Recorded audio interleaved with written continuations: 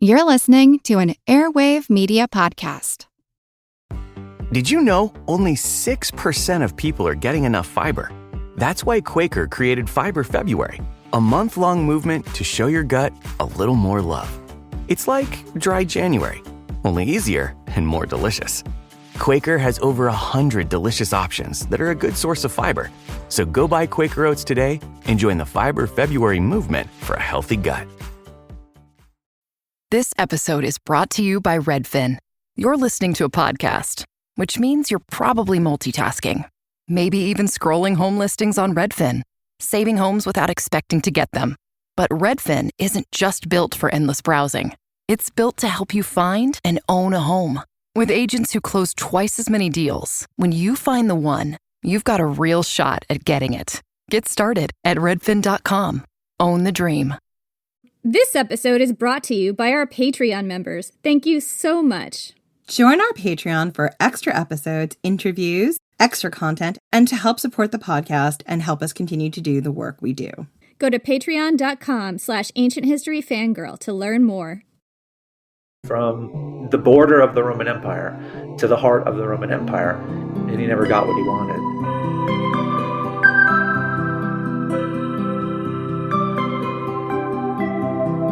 I'm Jenny Williamson. And I'm Jen McMenemy.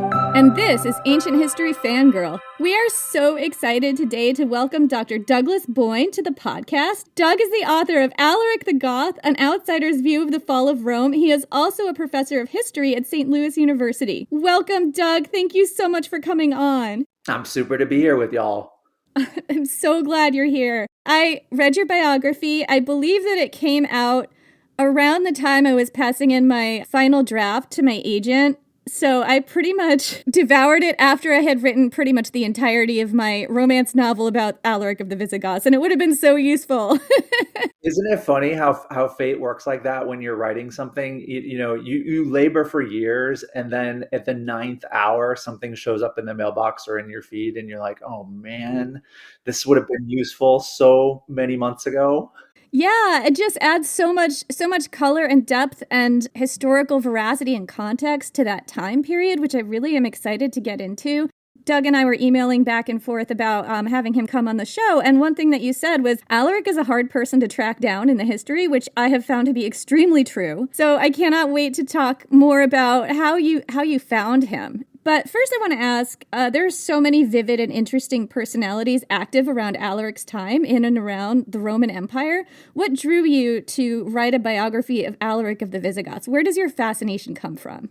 I mean, you kind of said it perfectly, which is when history is driven by personalities, when history is driven by the big names and the big dates, it can kind of be very easy to get subsumed or consumed in the kind of narrative or the story. And then all of a sudden you wake up one day, 10 years into teaching the late Roman Empire, and you can't get beyond St. Augustine, or, you can't get beyond Theodosius. History traps you in some way into just kind of rehashing the same old and doing what's been done before. And when I was trying to think about how to just make it a little bit different, like whose biography could I wish we could have assigned, alongside the Confessions, for example, or, it just came down to set aside everything I know about my training and just, my academic training, and just think about who you'd want to hang out with and who you'd want to kind of follow, even if they're not necessarily they could be noble, they could not be noble. You're never going to know who these characters are until you spend time with them. But Alaric seemed to be that guy. I keep saying, I just want a coffee date with Alaric of the Visigoths. Why can't I have what I want?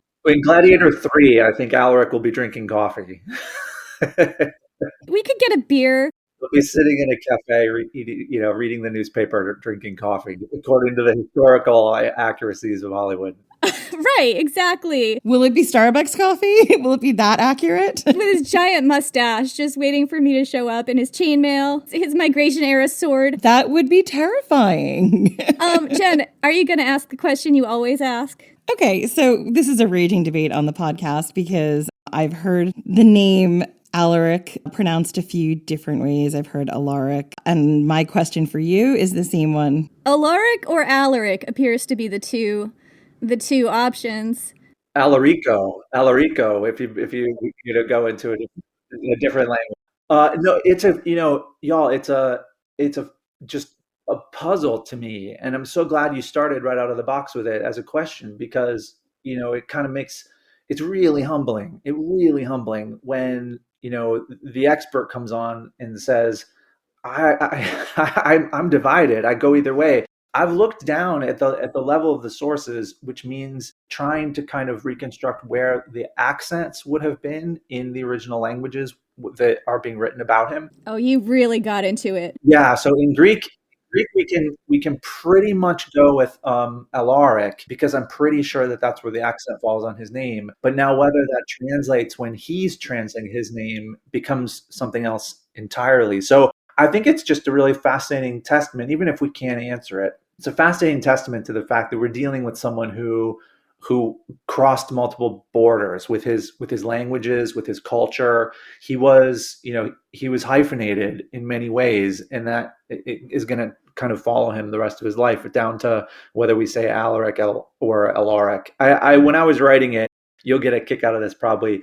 There were parts of me that wanted to just put Al on the page, and I'm thankful that I'm thankful that I work with smart enough people that talk me out of that. My Alaric in my head does not like Al, but he will go with Rick because it's a shortening of Reichs, which means king. I also think it's really fascinating, is the question, the way we're just pronouncing it in English, also completely wrong? I feel like we've anglicized it, the name, and we don't even know if that was his real name. I think that might have been an honorific, right? We're not sure. Well, I think we can probably assume that the name came from something, related to that family lineage in Gothia, and the reference to kingship. I'm pretty sure, if that's the name being given to him as a child, it's one of those kind of forward thinking or kind of backwards look names. And so by coincidence, then we get into the history of him, trying to claim or being awarded the title. But I don't think it has anything. I think the two are separate issues. Yeah, the idea that his mother would have named him king of all right out of the womb. So I wrote a very fictional, obviously, romance novel about Alaric of the Goths entitled Enemy of My Dreams, in which I made a crap ton up. And one of the reasons for that is that I wanted to write a romance novel, and if I was just writing a straight historical fiction, it would not have a happy ending. We don't know much about his wife. There are a lot of really fascinating women that we could put in that position, but they would be paired with other people. And again, not a romance novel if I had just gone straight with the history. And the very first episode I wrote for this podcast was called Stuff Alaric Said, all about Alaric and his very quotable quotes. And I would have re-released that leading up to your interview so people can kind of get a little bit of context. But anyway, my Alaric is historically, I would say I always considered him inaccurate in a lot of ways. And one of those ways is about his motivations. I really focused less on the whole thing with what title he has in the Roman army, theoretically, and more on justice and finding a homeland for his people. In my book, the disaster at Frigidus is really a radicalizing event for him. I don't know that that's necessarily completely backed up in the sources or that all historians agree on that. But what's your view of Alaric's motivations for rebelling and invading and sacking Rome?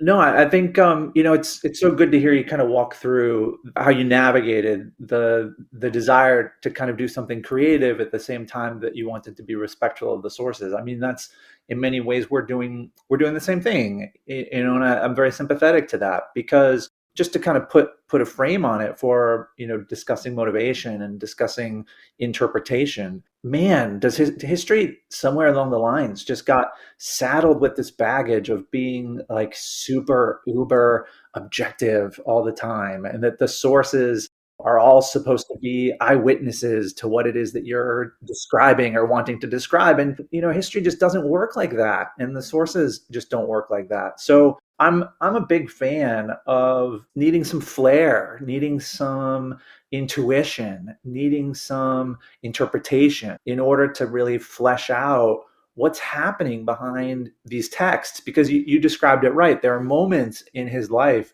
where, hundreds, if not thousands of Gothic soldiers are being slaughtered in front of him, or Gothic communities in Constantinople are being kind of hounded and persecuted in their churches, or the churches are being set on fire. The human impact of those events has to be the historian's responsibility to describe, as much as it is the novelist's historian to imagine the effect of. So I'm right there with you in terms of trying to wrestle with, okay, what did he want, and could it have changed over the course of his 40 years or so? And that's pretty much how I came down on it in the end, which is, I think he had lots of chapters in his life, literally, and what he wanted was reevaluated and reassessed based upon the changing, shifting political circumstances that he found himself in. And I think just to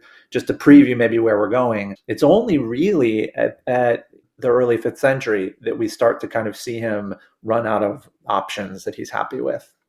Yeah, and you really do see him changing his priorities just based on the offers that he makes Honorius, who is, hiding in the swamp. Like, first he demands, basically, like, as I remember, you can certainly correct me if I'm wrong, but like a chunk of land that would have put him kind of in control of all the trade routes in and out of Italy, watching over the Alps. And then when that's turned down, all he asks for is, a piece of land in some politically non-strategic place and some food. And like, he really lowers the cost a lot, right? Yeah, there's a kind of debate, and and I think what's also fascinating behind those sources is just everything that's being left unsaid. And this is always tricky for a historian to try and do, but knowing how much citizenship drove so many intense conversations throughout the early Roman Empire and the Roman Republic, it's really, really fascinating for me as a scholar to look at the landscape of academic work that was being done on Alaric and to notice, okay, who's interested in the question of whether the Goths want or can claim citizenship or not?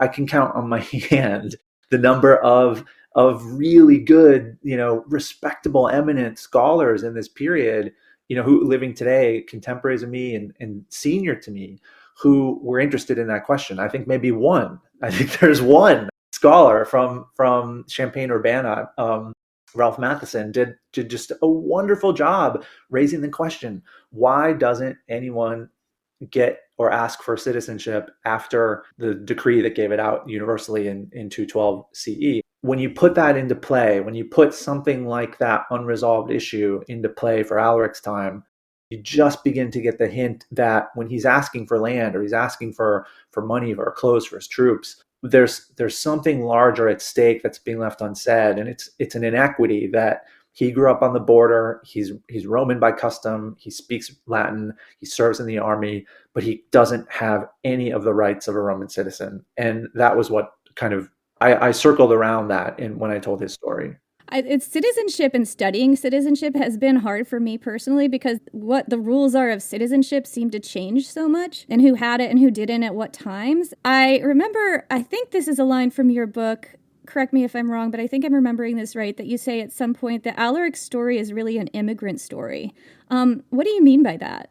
Yeah, and I think I just, to go back to his childhood, you can place him at the birthplace that the sources do, which is on the Danube, and you can rewind Roman history from that one vantage where he's growing up, and you can almost kind of time lapse it. This is the way that I mentally pictured it when I was writing it. You can take all those maps that usually get circulated when people wonk out about the Roman Empire, and they say, here's the extent of the Roman Empire, and they color in, now it's in it's in Romania, and it's like going north of the Danube. There were parts of Alaric's homeland that used to be Roman territory before he was born. And there were parts of Alaric's homeland that the Romans withdrew their forces from and left before he was born. And when you can kind of visualize the rhythm of coming and going, you're left with this boy, this 10-year-old boy, knowing two worlds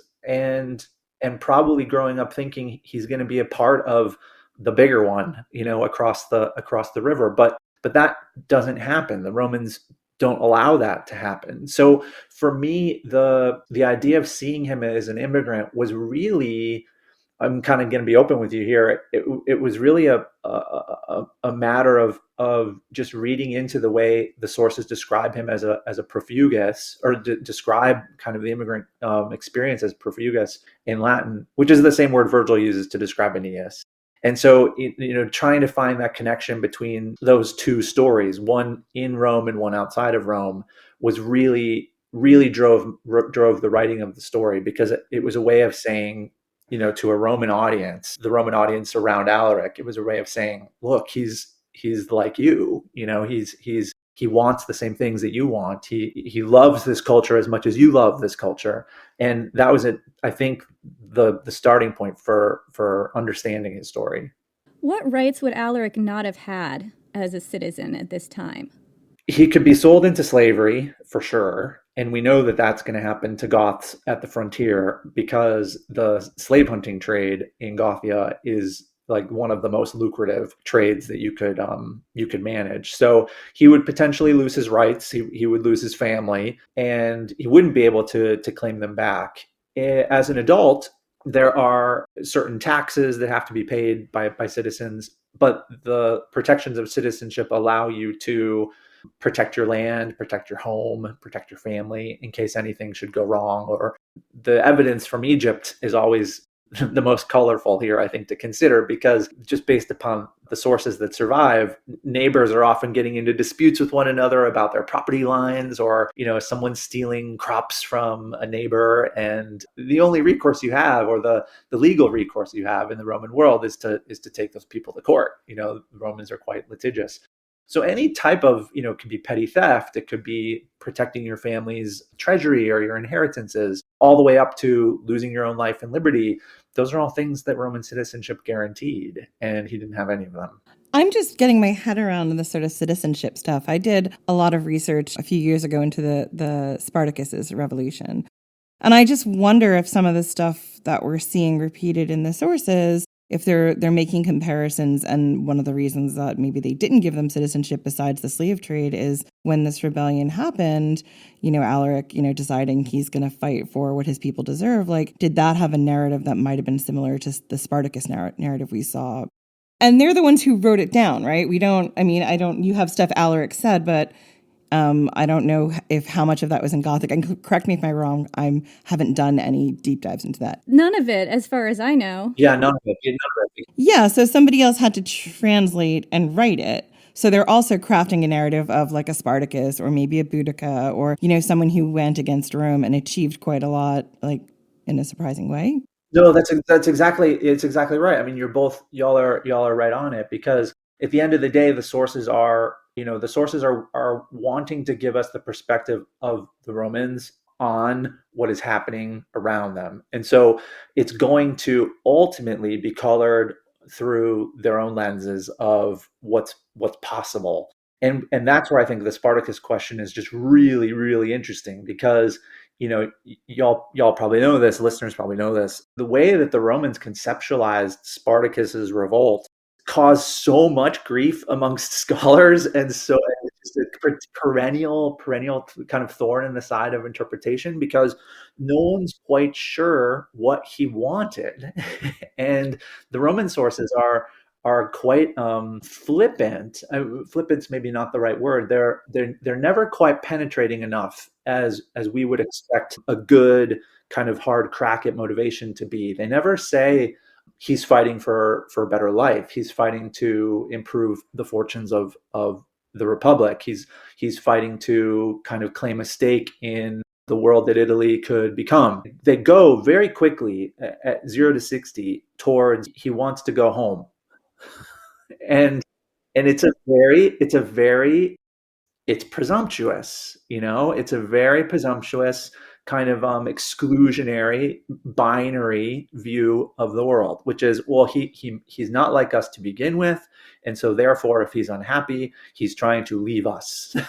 And is not borne out by his actions, because he has an opportunity to go over the Alps and he doesn't. Yeah, he could have got away scot-free. I mean, we'd be having different conversations if he'd gone that way, and he doesn't. You know, it reminds me a lot of the Alaric story and it just feels like a pattern that's being repeated. And I guess like my question is, how reliable are the sources then? Is this like a convention of the historians at the time? Yeah. No, I think that's a good point. I understand what you're saying, that sometimes, when we see patterns in the literature, the kind of traditional literary sensibility is that there is kind of an illusion or of an intertext, and that the text is untrustworthy or the fact is not there.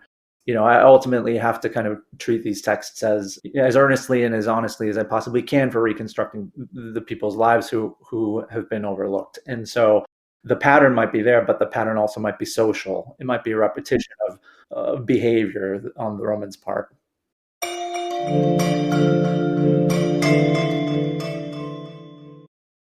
This episode is brought to you by Cologuard. Do you know what's really scary? Not screening for colon cancer when you turn 45. The Cologuard test is non-invasive, requires no special prep or time off work, and ships right to your door. In just 3 simple steps, Cologuard takes the scare out of colon cancer screening. If you're 45 or older and at average risk, ask your healthcare provider about the Cologuard test. Cologuard is available by prescription only. Learn more or request a prescription today at Cologuard.com/screen. This episode is brought to you by Indeed. Stop waiting around for the perfect candidate. Instead, use Indeed sponsored jobs to find the right people with the right skills fast.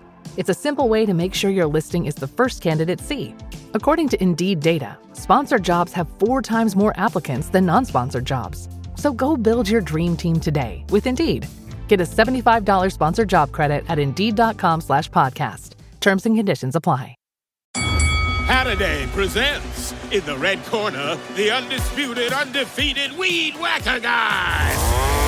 Champion of hurling grass and pollen everywhere. And in the blue corner, the challenger, extra strength Holiday. Eye drops that work all day to prevent the release of histamines that cause itchy allergy eyes. And the winner by knockout is Holiday.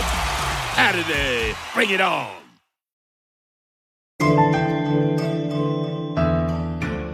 Here's a fun question that might actually be kind of complicated.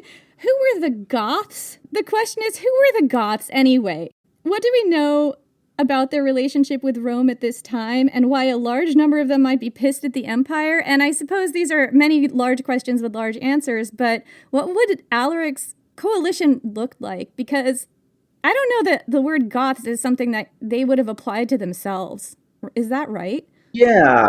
Yeah, it's a little bit of a challenge, because we know there's different ethnic groups, Tervingi or Rutungi, and we know from a kind of macro historical scale that we put them together into groups of Goths that might be Visigoth at one point, or depending upon location, or Ostrogoth at one point, depending upon time. And I think the challenge there is very similar to the last question. To what extent do we try to critique or unravel or pull at the threads of what the sources are saying? And I think that is a healthy urge, a healthy historical urge, to always kind of be critical and to be analytical. For me, I have to say, maybe in my later years as a scholar, I've become more enamored with the power of narrative. And narrative is always kind of a balance between description and analysis, and then actual storytelling. And for the sake of some of that storytelling, it's important to kind of have words and anchors that that are driving the events. So for the sake of the story, I think understanding him as a Goth is understanding him as someone who grew up north of the Danube, who might have had a different material culture, whose houses archaeologically might be cut into the rocky landscape, or the kind of sunken into the marshes around his home.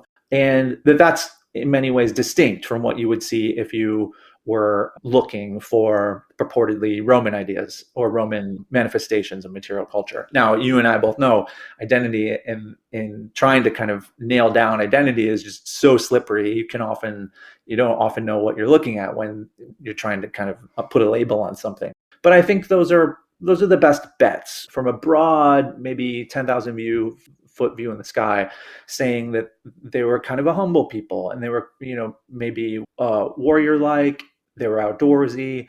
The way their traditions and cultures were described by later historians, Jordan's, for example, tells the history of the Goths in a way which might be fanciful and romantic, but it preserves kind of clues that archaeologists can go to Gothia and dig up out of the marshes, so to speak. We know the animals there. We know how they're being trained to kind of value self-sufficiency.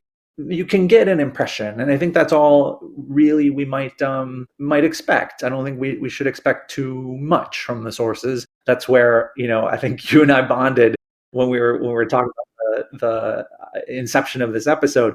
Man, wouldn't it be fun to just let the mind wander at times? But the story is just going to be driven by what's not there as much as by what is there. There's so many gaps to fill in, and one of the things that I picked up from your book that I hadn't seen anywhere else is that time Alaric was a bandit. Sorry, you're gonna remind me just for a second, because I'm trying to put the pieces together here. Is that is it the period in Greece? I'm not talking about the raiding and all this. This is like very early in his career, like before Frigidus. Oh man. So you're stumping me on my own book here. Oh no. Okay, you know what? We can scratch this one. Just to kind of like talk through it with you, the one part that I love, because I was rereading some of it, I was rereading my own book to get ready for the episode today. I feel that so much. I can go so deep into something and then it's just gone after I've recorded the episode. Oh my gosh, yeah. It's and it doesn't help that I'm copy editing the next one while we speak. But that's for another time. When Claudian the poet casts him as this kind of uber villain on the Roman stage, Claudian comes up with these big dramatic monologues for Alaric, which I think is just so fun. Claudian seems to have been a terrible human being in terms of the way he stereotypes and the way he kind of just leans into really just gross awareness of other people's culture. But he was quite exuberant in his output, and he puts Alaric squarely on the stage and gives him this monologue that makes him sound like a pirate, and he makes him sound like a Johnny Depp figure in some kind of Pirates of the Caribbean raid. And it's meant to kind of show him as a plunderer, as someone who's just kind of out there to topple and to pillage. But when Honorius, according to the monologue, when Honorius the emperor kind of puts him in his place, Alaric is defeated and dejected, and he just has this kind of imagined long face, ready to go home. That's the one that comes to mind when you're thinking of him as a bandit. But that's the only one that I can think of. No, I have. Maybe it's just now I have this whole backstory in my head about Alaric's previous career as a bandit. I'm in love with that.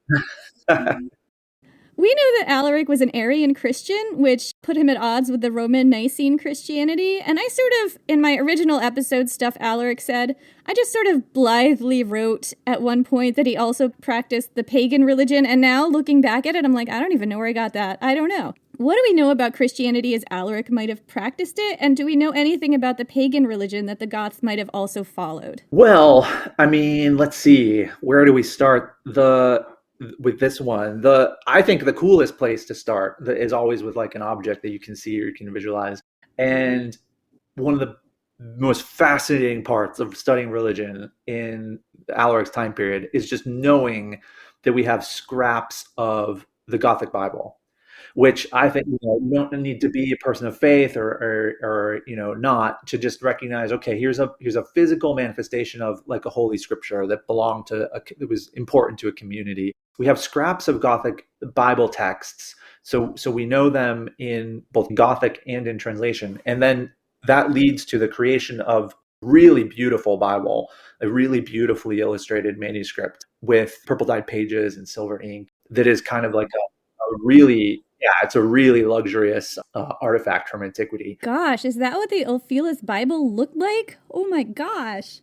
Yeah, that's the silver Bible, the Codex Argentarius, and I think trying to kind of pin down, if you don't mind, I kind of back up and say it this way, trying to figure out the importance of Arian Christian versus Nicene Christian, and I say this in all honesty as someone who's navigated this field for a good path of my adult life. Man, have I never quite fully comprehended how that plays out socially. Like, I studied theology in school. I studied religion in college, in addition to classics. So I'm very sensitive to, the ways in which people conceive of God and the Father and the Holy Spirit and Jesus, and what that dynamic looks like in any one community. But I lived in Washington, D.C. for 7 years. And I know that, the way people subscribe to any one kind of creed often creates really strange bedfellows, and you can often have people like fall onto a wide political spectrum that you wouldn't expect otherwise when they're kind of identifying or self-identifying as Christian. So for me, what I tried to do in the book, and this may be kind of deflecting your question a little bit, but I think it was what I was interested in. What I tried to do in the book and in my scholarship too was really just try and play out ways in which we could see Arians and Nicenes both maybe sharing political priorities or potentially, well, that's it, exactly. So, there might be ways in which they support, well, what would be a good example? There might be less fanaticism in maybe certain coalitions versus a kind of more hardline ban everyone else's faith, type expression. And that's what fascinates me about the period, is that we have to find a way. And I mean this, like this is an appeal to the great beyond of higher ed in terms of this field. We've got to find a way to figure out how to put that nuance back into history, because otherwise it just comes across as being very like there's tolerance or there's a kind of intolerant monotheism and everyone else like paganism. And I think there's just so much gray here that it's hard to nail down. I think it's tough too because there are a lot of Christian sources writing in this time that like to cast certain conflicts and wars and things as like this sort of celestial conflict between God and Christian God and pagans, and there's crosses appearing in the sky, and like they did that with Frigidus, if I remember, with the wind. You got it. Absolutely. Like the way, if you were just to listen to some of these sources, this is what gets my blood boiling at times. If you were just to listen to the presentation that we've had it from Christians after some of these major battles, it sounds like fully apocalyptic, and it sounds fully, like a demonstration of the end of time coming to life. And I think on the ground, when you look at ordinary folks and you look at folks in a more community basis as opposed to a more kind of heady theological one, the social practices that bound people together were there. And I think the Aryan religion, as we can kind of reconstruct it, and many tenets of paganism, as we can reconstruct it, found some overlap for sure in the Eastern Roman Empire, so much so that I think there's good cause to think that Alaric's brand of Christianity wasn't as militaristic, for example, as, let's say, Theodosius's brand of Christianity. I mean, some of the emperors were Arian Christians. Wasn't like Valens, I think? Yeah, absolutely. So it's not like that type of Christianity didn't also hold power. Exactly. And so, I try and just kind of, at the end of the day, I want to understand people's motivations, but I also want to kind of create a story in which everyone's experiences is potentially recognizable to them on the page. I mean, I think that's you probably share that. I think you and I share that inclination, which is we want to do justice to real people, even if you make the choice to kind of do something fictionalized, or a historian has to kind of draw upon inferences in order to complete the sketch. There's still that shared basis, and I'm gonna reference Jill Lepore here, the famous kind of American historian at Harvard. She says, when you're writing about the past, just kind of there's no reason to be snarky. These are real people, and you wouldn't want to, 2,000 years after you're dead, we wouldn't want someone to come along and kind of trying to use our lives to make a point.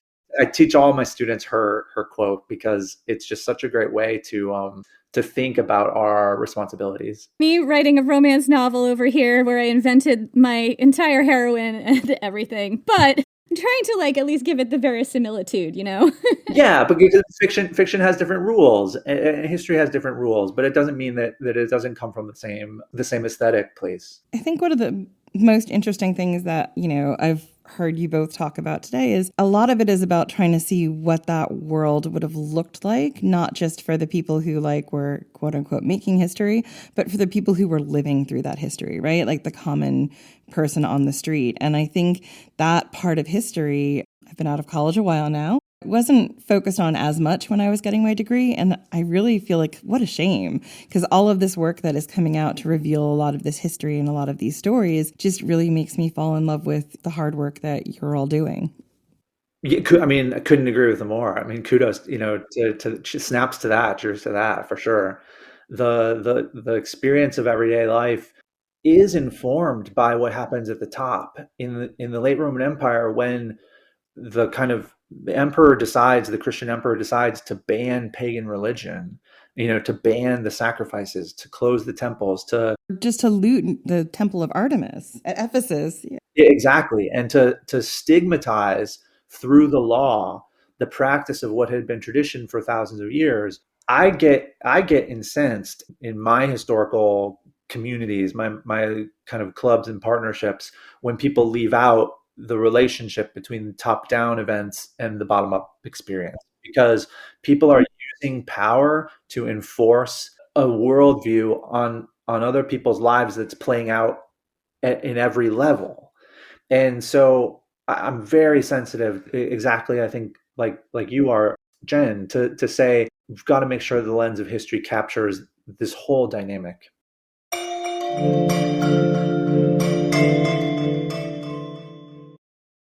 An all-new season of The Secret Lives of Mormon Wives is now streaming on Hulu and Hulu on Disney+.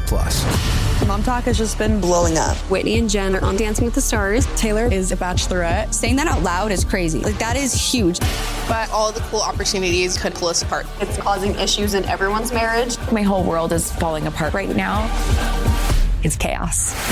Watch the Hulu original series, The Secret Lives of Mormon Wives, now streaming on Hulu and Hulu on Disney Plus for bundle subscribers. Terms apply. Is there a baby in your life who's about to start solid foods? This can be such a confusing and stressful time. As a mom of 7, I really struggled with spoon feeding my oldest baby. But once I realized that babies can safely feed themselves real, wholesome foods using the principles of baby-led weaning, feeding the rest of my babies became an actually enjoyable experience instead of something that I used to dread. Hi, I'm Katie Ferraro, college nutrition professor and dietitian specializing in baby-led weaning, and I host the Baby-Led Weaning Made Easy podcast. Each week, we cover evidence-based, safe infant feeding practices for parents and caregivers of babies who are 6 to 12 months of age. So, if you're confused by all the conflicting info you hear about starting solid foods, or you want easy, actionable tips on how to safely prep food for your baby, or introduce allergenic foods, or figure out when to drop a milk feed, we cover all that and more, plus interviews with the world's leading feeding experts in 2 new episodes each week. Search Baby-Led Weaning wherever you listen to podcasts, and happy feeding. Throughout history, royals across the world were notorious for incest. They married their own relatives in order to consolidate power and keep their blood blue. But they were oblivious to the havoc all this inbreeding was having on the health of their offspring. From Egyptian pharaohs marrying their own sisters to the Habsburgs' notoriously oversized lower jaws, I explore the most shocking incestuous relationships and tragically inbred individuals in royal history. And that's just episode 1. On the History Tea Time podcast, I profile remarkable queens and LGBTQ+ royals, explore royal family trees, and delve into women's medical history and other fascinating topics. I'm Lindsay Holiday, and I'm spilling the tea on history. Join me every Tuesday for new episodes of the History Tea Time podcast, wherever fine podcasts are enjoyed.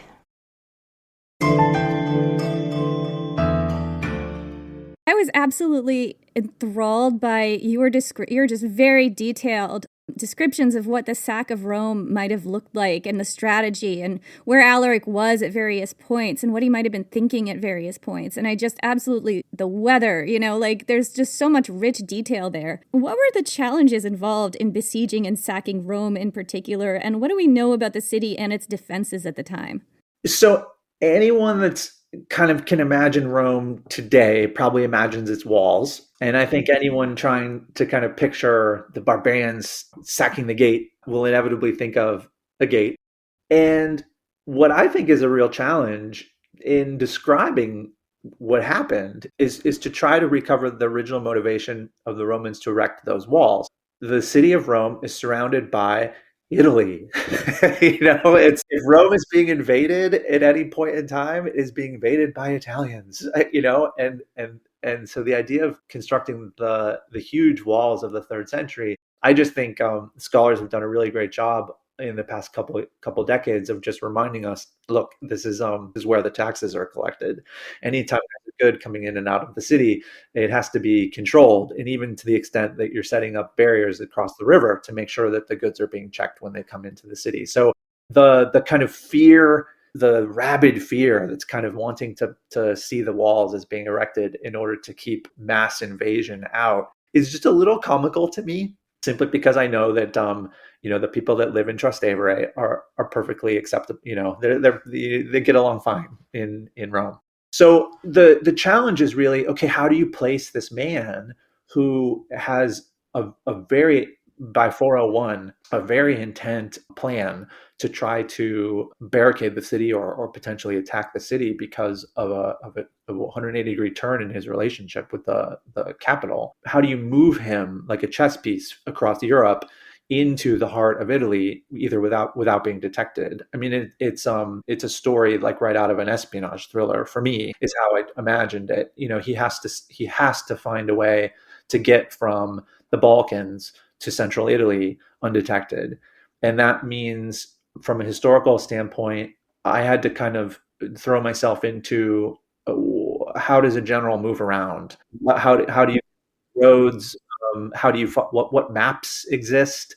And then once you get him in the city around the city, it's a matter of doing reconnaissance, inspecting what are the gates, which ones are more imposing, which ones seem like they could be easily breached.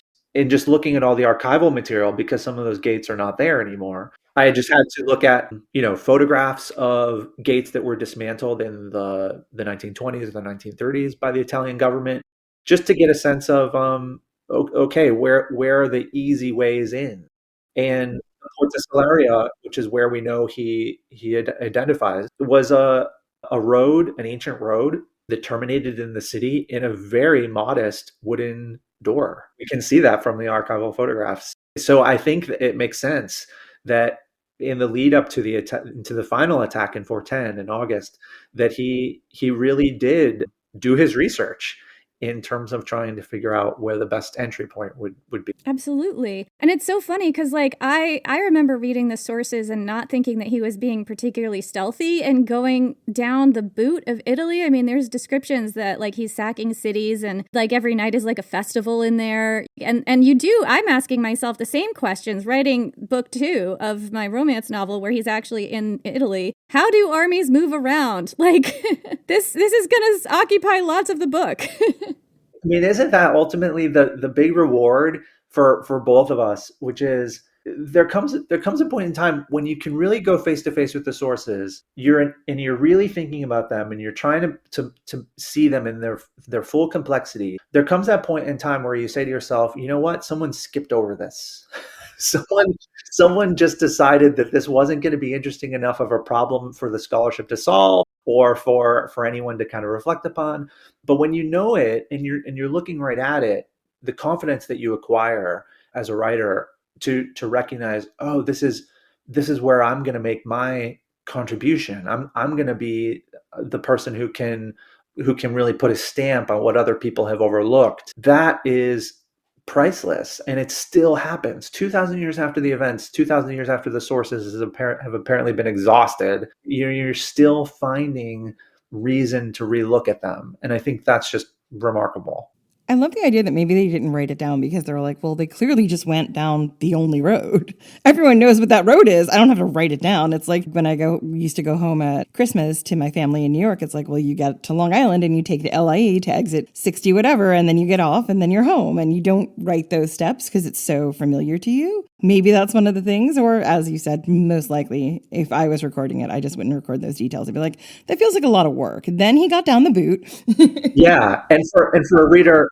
And for a reader 2,000 years after the fact, especially a reader, let's say an American, a reader in the States, for example, who might not have access to travel to Italy, or might have never been to Italy before or wants to go, there's a real chance as a historical writer to use that episode or use that vignette to do some scene setting and some world building. And I think that I love that challenge of writing stories like this, which is there has to be a little bit of an intellectual component to what's happening, but there also is no rush.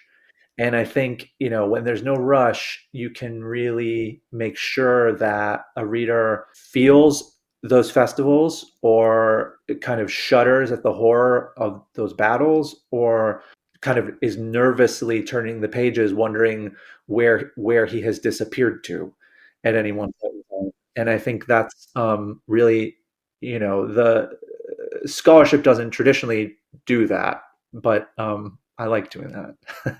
As I told you, my book is a romance novel. Alaric's love interest in my book is a construction of people based on several different historical women who I really admire and love. And we do know that the real Alaric had a wife who was captured by the Romans during a battle. What can we glean about the real Alaric's family life? I mean, can I just turn the tables and ask you? Because I'm ready to do the asking away, because like nothing, it's frustrating. Nothing. I mean, there's I think reference to her jewelry, which she is not even hers. The Romans say that she stole it from someone. Well, in a kind of typical snide remark. We know nothing, and I think that's my opportunity to ask you, how did you imagine her? So my Julia is, I kind of call her like a little bit of a hot mess heroine. Like she drinks, she plans rebellions. She's based on, I would say, Honoria, from the Honoria who famously wrote a letter to Attila the Hun to come get her. Also based on Galla Placidia, who wound up getting kidnapped by Ataulf after the sack of Rome and married him. And then once he died, went back to Rome or Ravenna and ruled with an iron fist for a few decades. And also the daughter of Augustus, Julia the Elder, who was exiled for being too slutty, being wild and refusing to conform to her father's insistence that she be a Roman matron or whatever. I kind of melded all those together. Julian Claudian woman being too slutty? I've never heard of that before. Never. Where's the gold to gild our nipples? Where's Messalina? I love the wildness of that. So, she really is the kind of person who would proposition Alaric of the Goths. Well, I think isn't it funny to think about their relationship as and I'm just doing this to kind of follow your lead here. They had a life that kind of had them on the road for a good 2 decades, maybe. I mean, she had to have been, if she wanted hearth and home, so to speak, traditional life was not for her. Alaric was kind of, I think, someone who, whenever it is that they met, however it is that they met, they had to have come to an agreement. Mostly, I'm just thinking of my husband here at this point, who's like, "You're going to do what? You're going to go where? How many times are we going to move?" I mean, there had to have been that component to their relationship where she was as much an adventurous spirit as he was. And that's what's in my book. That's exactly what's in my book. My Julia is kind of a bandit, and she also comes to really care very much about the people and want to give them a homeland. So they have that in common. And I also really use the jewelry aspect of what we know about Alaric's wife. And thinking about how the Goths, how Germanic people handled dowries, because as we know it was the man who gave the dowry. And what a dowry would do in these ancient times, possibly in modern times, I'm not sure, but like that was like the financial security for the woman in case this did not work out, right? So Alaric is sacking all these cities and taking a lot of this plunder. And as a king, you have to have the gold flow through your open hands to your chieftains, which is how in these societies the gift economy keeps people loyal. But he's also setting a lot aside for Julia in case something happens to him. This is her bank account. This is what she uses to bribe her way out of Italy and get somewhere safe, right? This is what he's thinking is her security. And that causes a lot of conflict with the chieftains. So I kind of used it as like an engine that drives book 2 based on what I know about gift economies and what we know about the, Germanic peoples and what we know about dowries and what I think he would have been thinking of. It's remarkable when you're hearing you describe that relationship as you pictured it. I put him on the Via Postumia, which is just in northern Italy. It's south of the Alps. It crosses along near the Po. I had to do some research up there in the city of Palenzo, which is where a famous battle was. In order to get there, I had to kind of connect in. The province of Cuneo is very remote in northern Italy. So I had to go through Bra, which is kind of a culinary center, and then go through Turin and Milan. It was quite a journey or a trek. And I remember when I went there, it's the time that Claudian says Alaric faced the decision to leave or not. He kind of faced the decision at that point to take the road and just go straight home or to eventually go south. And he eventually went south. And even after Rome didn't work out, we're not quite sure why, but he went to Calabria. He went all the way to the toe. And I went there, and I went all the way to the toe. And I went to Cosenza and changed at a kind of little small train station, Paola, in order to kind of see the place where he died, because he died there.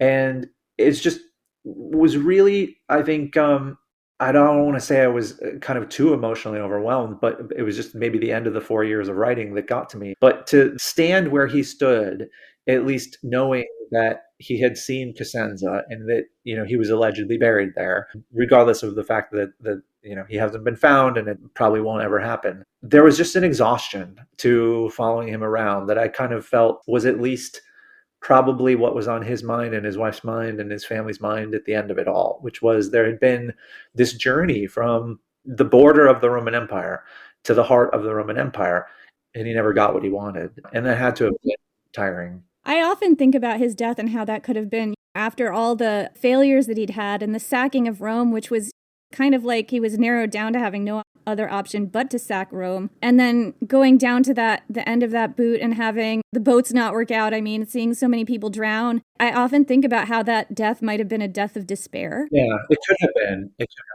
I don't know this. I don't know this history as well as either of you, so please correct me. Was this like a similar to a Spartacus thing where maybe he was trying to get to Sicily and control like food? The grain supply, Egypt. Yeah, was shipped in and out. Yeah, to Rome. And maybe it was another way of like, okay, I sacked the city. That didn't do a lot. It was like great, great to burn everything. But now if I really want to like strangle up my enemy, I have to go here because this is all they're going to listen to. There may have been allies, there may have been political allies in North Africa and Carthage. There are hints in the sources that the partisanship that confronted Alaric has been buried, that, sacking Rome meant part of Rome was probably ready to work with him, and part of Rome was shocked by his decision to attack. So politically, I think there's a good kind of study of all of these names that can be a little mind-numbing. But the politics of the day are not cut and dry. There are many Romans that think that he should be awarded what it is that he's asking, and some of them might be found in North Africa. Interesting, and that's like writing the next book. I have to contend with what's happening in that city while he's besieging and who's talking to him and who's not, and who's on the take and who's up for grabs and who has a similar motivation, right? And what can I do with that as a storyteller? These are all questions I've been trying to answer.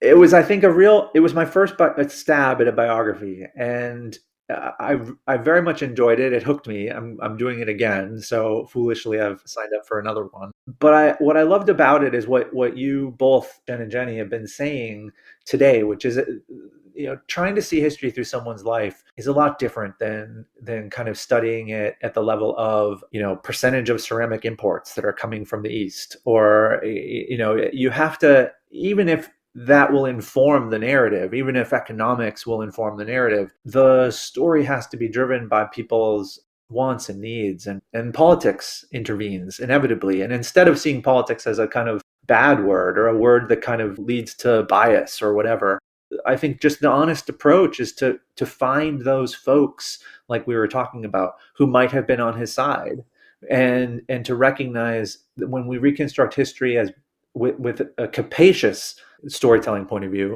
everything just becomes a little less binary. It's a little less them versus us. It's a little less they are trying to attack us, or they're trying to take this from us. The grayness of people in Rome trying to address and solve what Alaric was flagging for them as a fault or an injustice of their own society is an important story.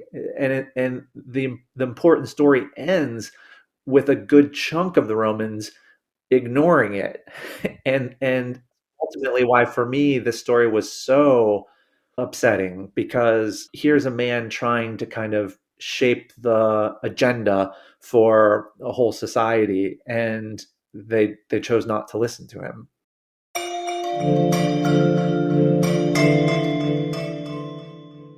USAA knows dynamic duos can save the day, like superheroes and sidekicks, or auto and home insurance. With USAA, you can bundle your auto and home and save up to 10%. Tap the banner to learn more and get a quote at USAA.com/bundle. Restrictions apply. Walmart Business is in the business of saving you time, money, and hassle. Whether your business started in a garage or is a garage, Walmart Business has the tools to help you get where you're going. Tools like free shipping, multi-user accounts, and just about any item your company needs. Even a double filtration cyclone dust collector. Yep, even that. Sweet. Walmart Business. It's the Walmart you love. Now for your business. Learn more at business.walmart.com. Terms apply. No one hates history, they just haven't found the right teacher yet. Or in this case, a nerdy best friend who loves to tell you all about world history, women's history, and weird history. Hi, I'm TK, the creator of For the Love of History podcast, a place for people who want to learn more but don't know where to start, and history lovers who want to break from the mainstream. From rat trials to warrior women, we cover topics from every country and era. Whether you're a history expert or just starting out, there's a place for you here in the Time Machine. So join me every Friday on your favorite podcast platform and YouTube for a brand new topic. See you there. Bye.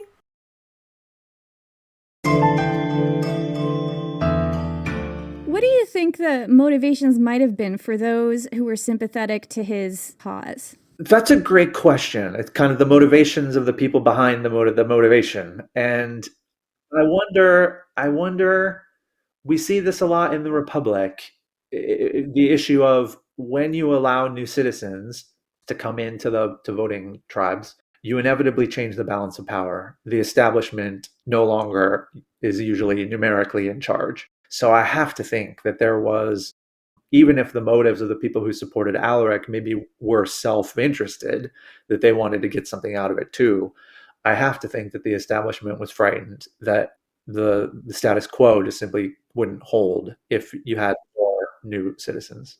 I think that's really important, right? Because we think like there was a time when politics wasn't quite the way it is now, but the reality is to contend with this idea of if we let all of these Goths in as citizens, who are they going to ally with? And if we can't get them to ally with our side, do we want to give them those rights? That's telling a story like Alaric's, which does kind of end on a really deflated note.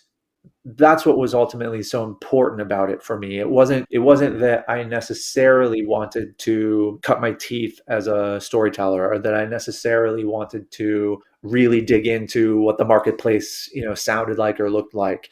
There was a real sense to his life that it was a life that was unredeemed, and I felt that he needed his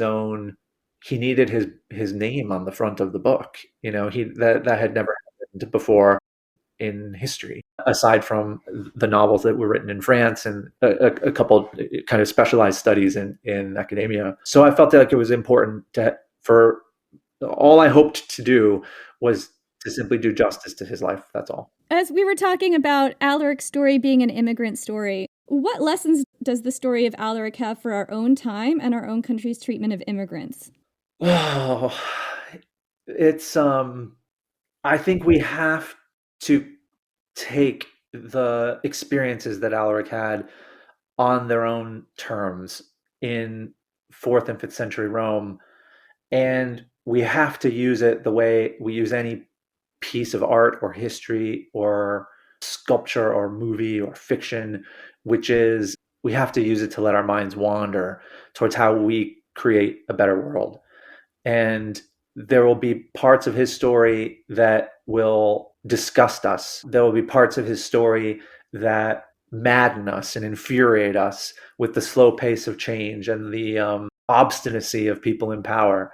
But I think when we put it back into its time and we say this happened and this happened long ago, then maybe it becomes even more unconscionable that so much of it still continues. And if that can be the takeaway, if the takeaway can be how much time has passed in between then and now, and why does so much of this still sound familiar, then maybe that is the motivation for the reader or the audience or listener to the podcast to say, I've got to do something because this can't happen again.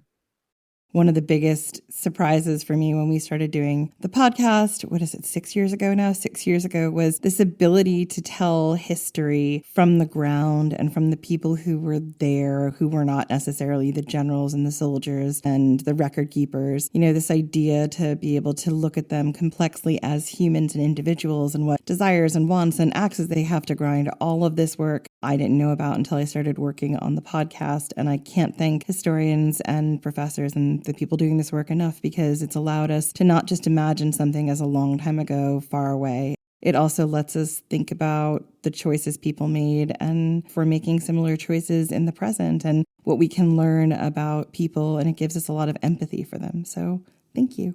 Well said. Thank you, y'all. Thank you so much for coming on the show. This has been absolutely amazing. It's been just a joy to talk to you. It's been so fun. I'm a huge fan of the podcast, and it's been fun to finally be on. Where can people find you online, find your books? Where can people buy this amazing biography of Alaric that you've written, or Alaric? However it is we're going to say it. What we should do is we should get the reader of the audiobook to weigh in. The book is available wherever you buy your local books or wherever books are sold. Even from checking it out from your local public library would be a great way to proceed. And I'm on all the social platforms sporadically, including maybe even some of the new ones in 2025. Are you allowed to tell our listeners a little bit about what you're working on next? I would love to, and because I know that I know who I'm talking to here, and I have a feeling that you're going to be excited. But the next biography is called Claudia of Rome, Champion of the Republic. It's a biography of the woman who is much, much, much maligned, whose story needs to be told from her perspective. So it will be out in 2025. Oh my gosh, we got to have you on for that one. I will come back. I'll be happy to come back. Let your publishers know we'd love to read it. Like, we're here for this. Please come back and talk about Claudia with us.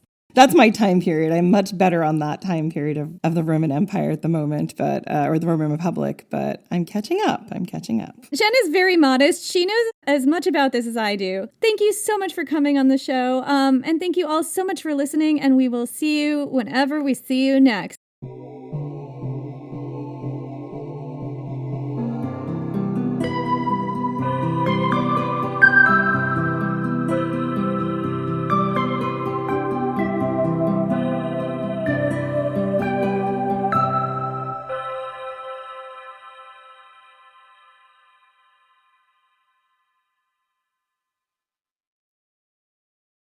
Hello everyone, Takuya here. And I'm Gabby. And we are the hosts of History of Everything, a podcast which you can probably guess by the name is, well, I mean, it's about everything. Do you want to know why people thought potatoes were evil and would give you syphilis? Are you curious about all the stories of the terrible and stupid ways that people have kicked the bucket over the years? Do you want to hear tales about all of the different badasses of history and the lives that they had brought to life? Well, if so, then look no further. History of Everything is just the right podcast for you. It's available on Spotify, Pandora, and anywhere else that you get your podcast from. Join us for some fun and just see how weird and wacky history can be.